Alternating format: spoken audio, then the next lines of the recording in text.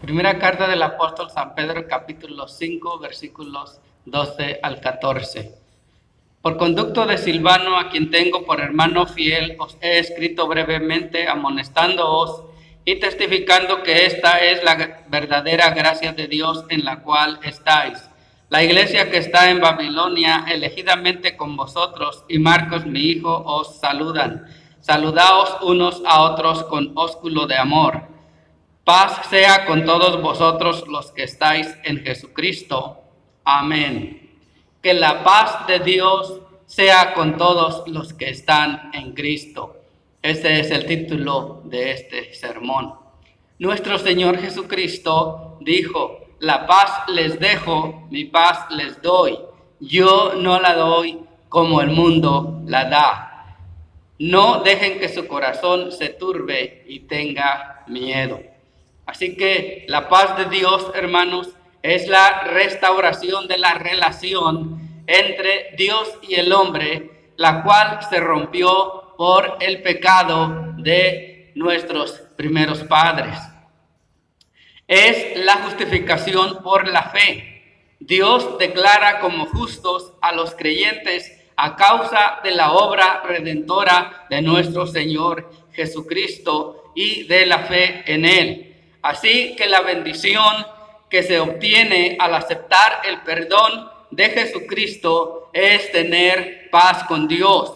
El profeta Isaías relaciona la paz con el efecto de justicia y de reposo y seguridad perpetuos en Isaías 32. Para los discípulos de Cristo, esto trae un ambiente en el que se manifiestan las bendiciones de Dios. Ahora bien, hermanos, tenemos que recordar que esta paz no puede ser encontrada en el mundo. El hombre puede buscarla afanosamente, pero la Biblia dice que no hay paz para los impíos. Esa paz no se encuentra en el mundo, solamente se encuentra en Dios. La paz de Dios la obtienen, hermanos, solamente aquellos que creen en el Señor Jesucristo y en su obra redentora. El apóstol Pedro, hermanos, tiene esto muy claro y por eso lo afirma al finalizar su carta. Es por ello que concluye diciendo que la paz de Dios sea con todos aquellos que están en Cristo. Vamos a iniciar, hermanos, notando que en primer lugar el apóstol Pedro hace referencia a Silvano. En el versículo 12 leemos: por conducto de Silvano, a quien tengo por hermano fiel, os he escrito brevemente. Creemos que Pedro se refiere al Silvano al cual el libro de Hechos lo llama como Silas. En el capítulo 15, 22, versículo 27 y también versículos 32 y 33. Silvano o Silas era un profeta y ministro de confianza de la iglesia primitiva. Era un hombre llamado por Dios y es por ello, hermanos, que a él se le menciona realizando misiones que requerían mucha sensatez. En Hechos 15, 22 leemos lo siguiente: entonces pareció bien a los apóstoles y a los ancianos con toda la iglesia elegir de entre ellos varones y enviarlos a Antioquía con Pablo y Bernabé, a Judas, que tenía por sobrenombre Barsabás, y a Silas, varones principales entre los hermanos. También Pablo eligió a Silas como colaborador para sustituir a Bernabé en Hechos 15:40. Y es por eso que en el segundo viaje misionero de Pablo, Silas es mencionado en repetidas ocasiones en el libro de los Hechos. La referencia a Silvano significa, hermanos, que Pedro dictó la carta y que Silvano fue el secretario que la escribió. Esto era muy común en esa época. Por ejemplo, de acuerdo a Romanos 16:22, ahí leemos que Pablo fue ayudado por Tercio para escribir la carta a los romanos. Así que Pedro dictó esta carta, hermanos, que hemos venido estudiando, y Silvano la redactó. Esto refuta la idea de que Pedro no pudo escribir una carta como esta. Así que ahí vemos, hermanos, que Silvano fue, por así decirlo, el secretario de Pedro. También se menciona que Silvano es un hombre fiel en el versículo 12. A quien tengo por hermano fiel. Esto, hermanos, es muy importante para asegurarle a los lectores el valor de la obra que ellos tienen en sus manos. Además, por medio de esta declaración de fidelidad, Pedro deja bien en claro que él le ha dado plena autoridad a Silvano para redactar esta carta.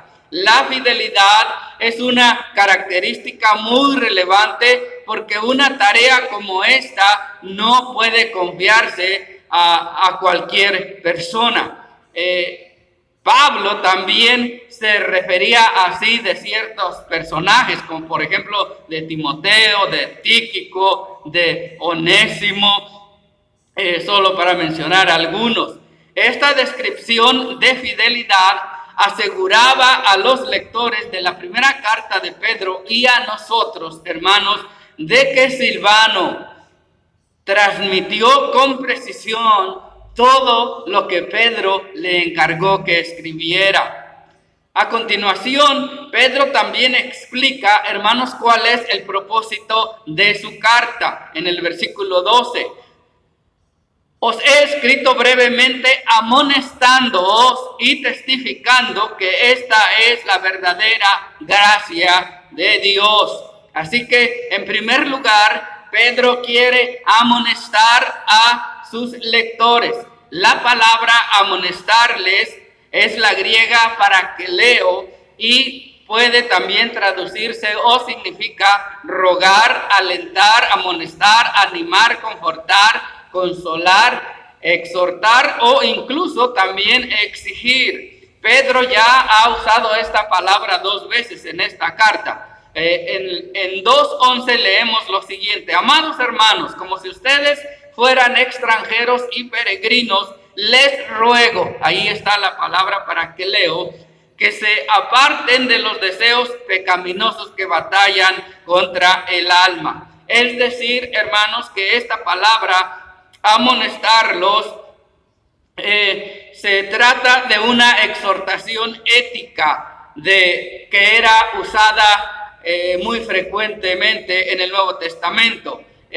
Lo que Pedro quiere decir es que lo que a los cristianos que están leyendo esta carta les puede animar es vivir de la forma correcta, es vivir de acuerdo al mandamiento de Dios mientras ellos son perseguidos. En segundo lugar, hermanos, ahí en el mismo versículo 12, leemos que Pedro tiene el propósito de testificar que esta es la verdadera gracia de Dios. Pedro ya ha hablado, hermanos, de la gracia de Dios en 3 ocasiones.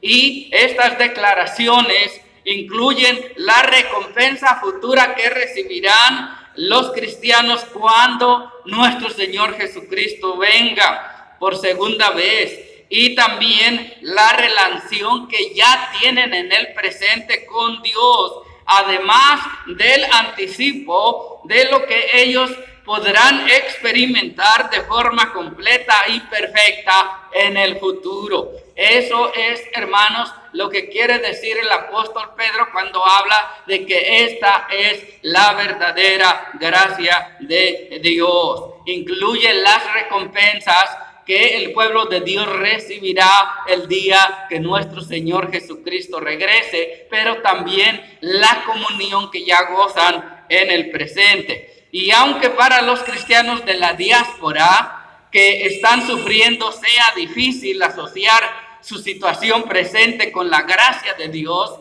si ellos lo miran desde una perspectiva adecuada, entonces ellos podrán ver que realmente están recibiendo esa gracia de Dios.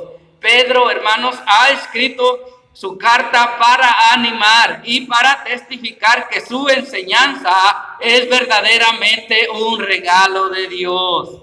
El sufrimiento debe de verse desde una perspectiva futura, es decir, ver la gracia de Dios que recibirán y que ya están recibiendo, y así animarse a seguir confiando en Dios. Estas palabras, hermanos, subrayan que Dios no es indiferente al sufrimiento, sino que Él lo valora y también lo recompensa. La verdadera gracia de Dios, como las promesas de la asistencia divina, nos comunican ese gran amor de Dios. Cuando nosotros, hermanos, sentimos que nuestros recursos se agotan, es allí donde se encuentran los recursos de Dios. Es decir, que hay gracia para nosotros en la crisis, que hay gracias para nosotros mientras los mercados decaen y las reservas se agotan, que hay gracia para los cristianos mientras tratamos, hermanos, de sobrevivir en esta terrible pandemia, que hay gracia para nosotros, hermanos, mientras tratamos de seguir adelante, que hay gracia abundante mientras nosotros, hermanos, estamos en esta situación. Esa gracia es suficiente para guardarnos, para consolarnos y para sostenernos en este tiempo de crisis. Esa gracia, hermanos, se encuentra a través de la obra de nuestro Señor Jesucristo y revelada en la Biblia. Tristemente, muy a menudo los cristianos descuidamos el estudio de la Biblia. Y es por eso, hermanos, que cuando las situaciones difíciles llegan, nosotros nos sentimos agobiados porque sentimos que no estamos a la altura para soportarlas. Parte de la razón es porque luchamos tratando de vivir confiando en nuestras propias fuerzas. Intentamos navegar, hermanos, en las aguas turbulentas, en las aguas traicioneras, con nuestra pobre e insuficiente luz. Y mientras tanto, dejamos la palabra de Dios abandonada. Pedro dice, hermanos, que él escribió su carta para comunicar la gracia de Dios a modo de exhortación y declaración.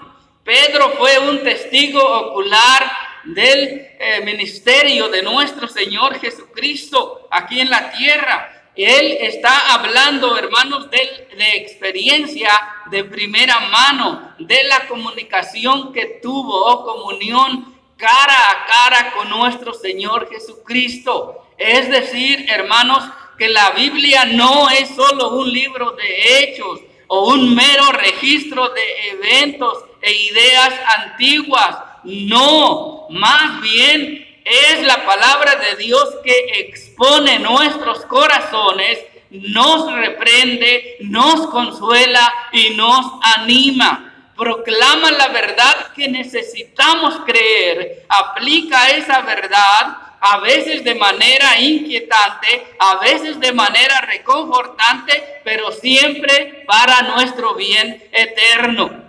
En la antigüedad era muy normal enviar saludos del lugar donde el autor se encontraba en ese momento, nombrando a algunos de los líderes de los grupos que se reunían en las casas, si estos eran conocidos por los receptores, o dando un saludo general si no conocían a nadie. Pedro parece que hace una combinación de ambos. En el versículo 13 dice: la iglesia que está en Babilonia, elegida juntamente con vosotros, y Marcos, mi hijo, os saludan. Ahora bien, hermanos, hay por lo menos 3 teorías acerca de qué significa Babilonia o dónde es Babilonia a la que Pedro se refiere. En primer lugar, algunos dicen que Babilonia se refiere o que estaba en Egipto, pero la tradición no asocia a Pedro con Egipto. Por lo tanto, podemos descartar esta teoría. La segunda dice que es posible que Babilonia se refiera a la ciudad de Mesopotamia, pero durante el primer siglo, Babilonia sufrió una crisis general y por esta razón en el año 115, Trajano se encontró con una ciudad fantasma cuando llegó allí. Así que también descartamos esta teoría.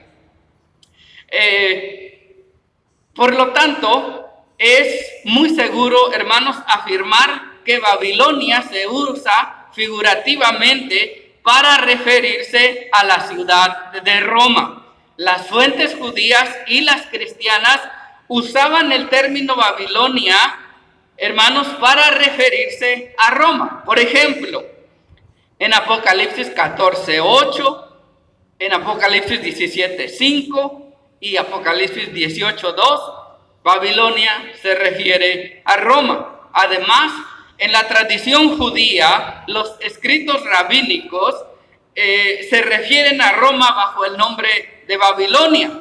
Así que Pedro, lo mismo que las fuentes judías y cristianas, usan el simbolismo veterotestamentario. Debemos recordar que para los judíos del Antiguo Testamento, Babilonia era el lugar del exilio y era una ciudad perversa y altiva, de acuerdo a Salmos 137, Isaías 43, Jeremías 50 y Daniel capítulo 5.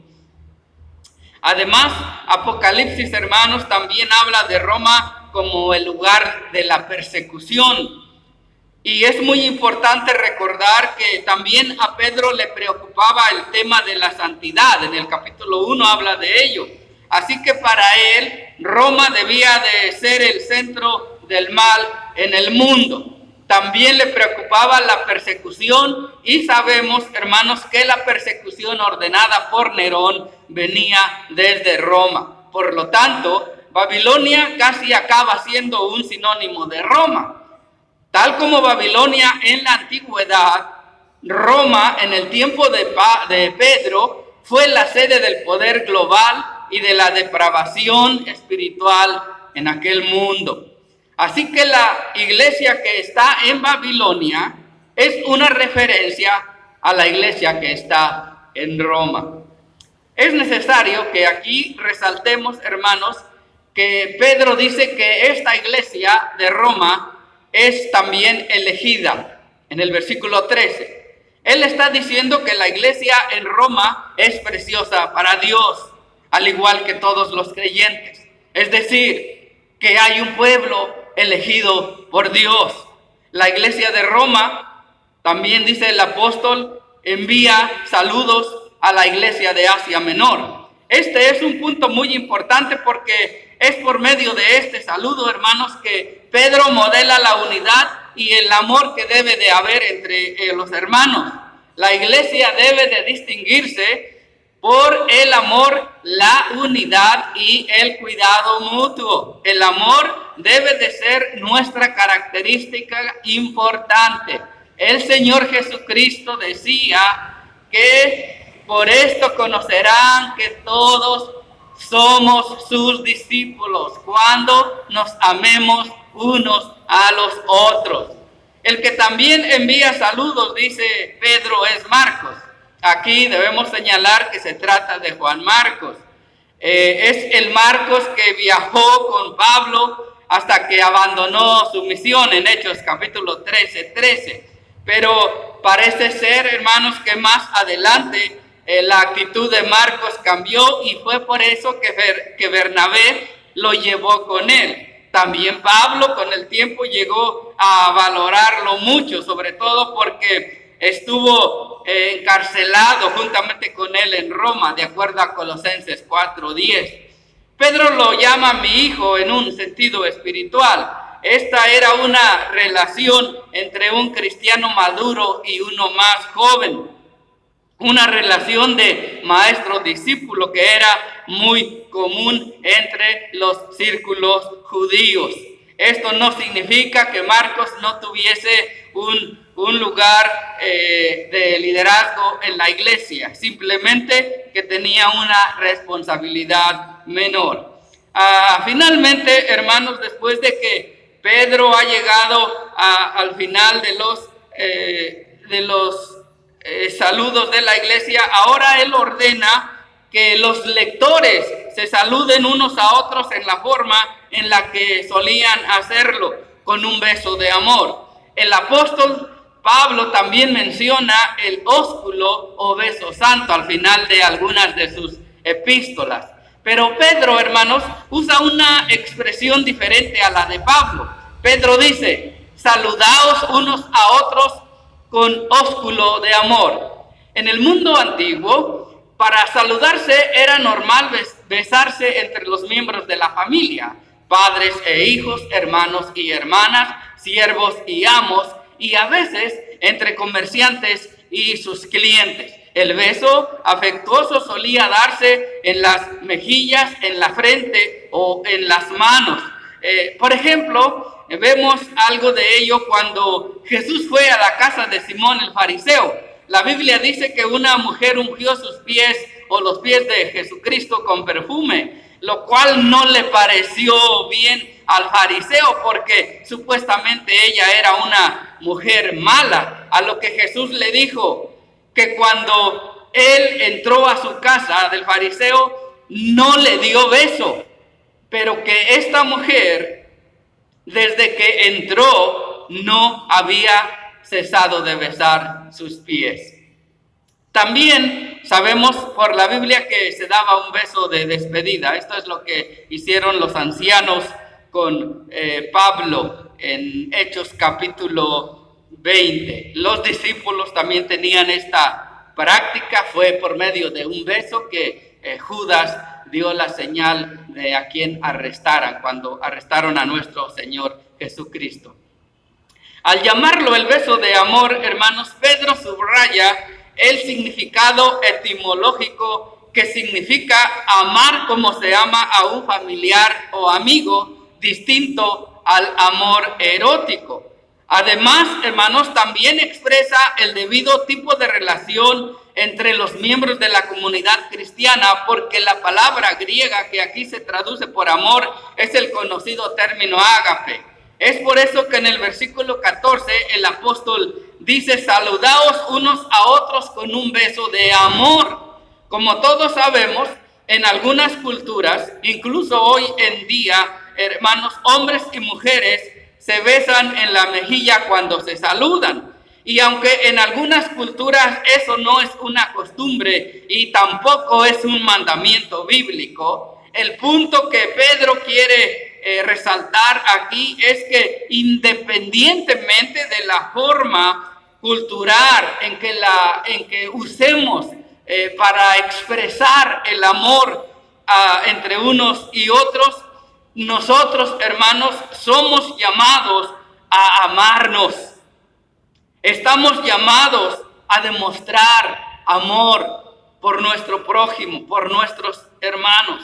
Debemos saludarnos unos a otros de tal manera que comuniquemos un amor genuino. Es decir, que independientemente de cómo nos saludemos, debemos hacerlo con un amor genuino, con un amor sincero.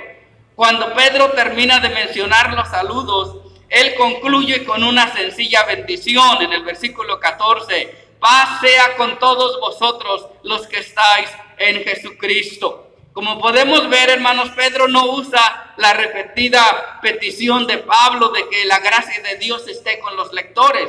Y aunque Pedro también ya ha mencionado la gracia de Dios en 5:12, aquí él pide a Dios que les dé paz a sus lectores.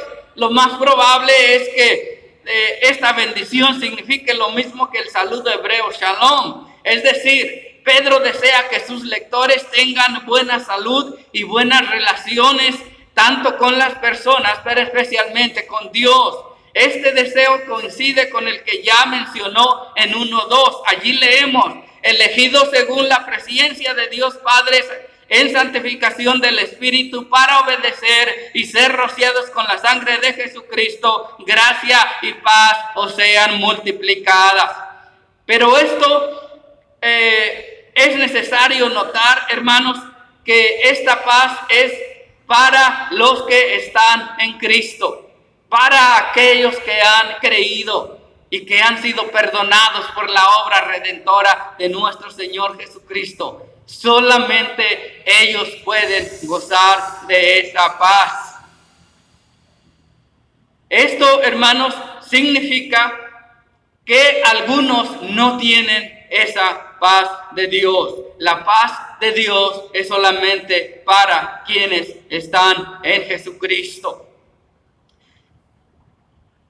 Por lo tanto, hermanos, debemos de decir aquí que esta paz no es la paz del mundo, es la paz de Dios.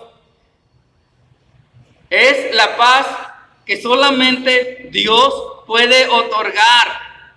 Es la paz de la cual ya gozan estos lectores a quienes Pedro les está escribiendo, pero que también será una paz que disfrutaremos en la presencia de nuestro Dios.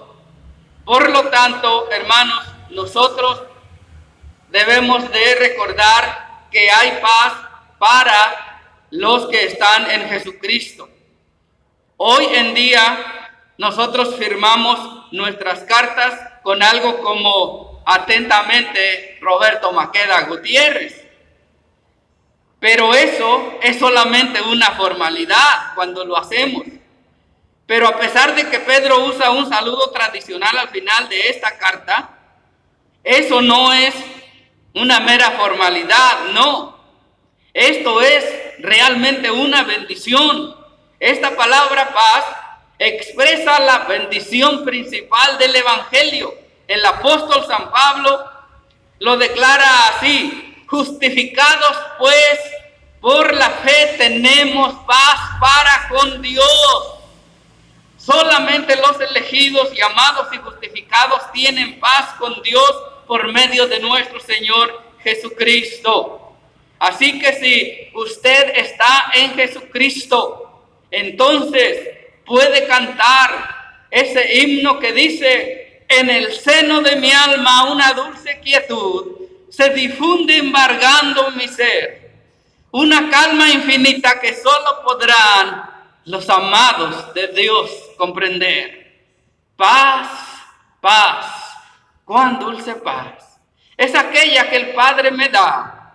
Yo le ruego que inunde por siempre mi ser en sus ondas de amor celestial. Qué tesoro yo tengo en la paz que me dio, que en el fondo del alma ha de estar tan segura que nadie quitarla podrá mientras miro los años pasar. Esta paz inefable consuelo me da, descansando tan solo en Jesús, y ningunos peligros mi vida tendrá si me siento inundado en su luz. Nosotros en realidad necesitamos una paz así en estos días, hermanos. Necesitamos una paz como esa en estos días tan dolorosos y tan extraños. Y no existe otro lugar donde se encuentre esa paz, solamente en Dios. Solamente en Dios podemos encontrar paz para nuestras almas atribuladas. Solamente en Dios podemos encontrar una paz así. Solamente en Dios se puede encontrar esta paz duradera. Esa es la paz que sobrepasa todo entendimiento para proteger nuestros corazones. Esa es la paz que necesitamos ahora mismo. Jesucristo es el único refugio seguro en esta enorme tormenta. Él es la única roca sólida en estas arenas movedizas en las cuales estamos pasando por esta terrible pandemia. Así que, hermanos, mientras concluimos y terminamos el estudio de esta carta del apóstol Pedro, la hemos estudiado durante 3 meses y hoy concluimos. El apóstol Pedro la dejó, es lo que está diciendo en estos últimos versículos, para mostrarnos que estamos en la gracia verdadera. Así que echemos en Dios toda nuestra ansiedad. Descansemos en Él y recordemos que Él cuida de nosotros. No importa que estemos pasando por esta terrible pandemia. Nuestro Dios nos ha sostenido y nos sostendrá. Echemos toda nuestra ansiedad sobre Él, porque Él tiene cuidado de nosotros. Amén.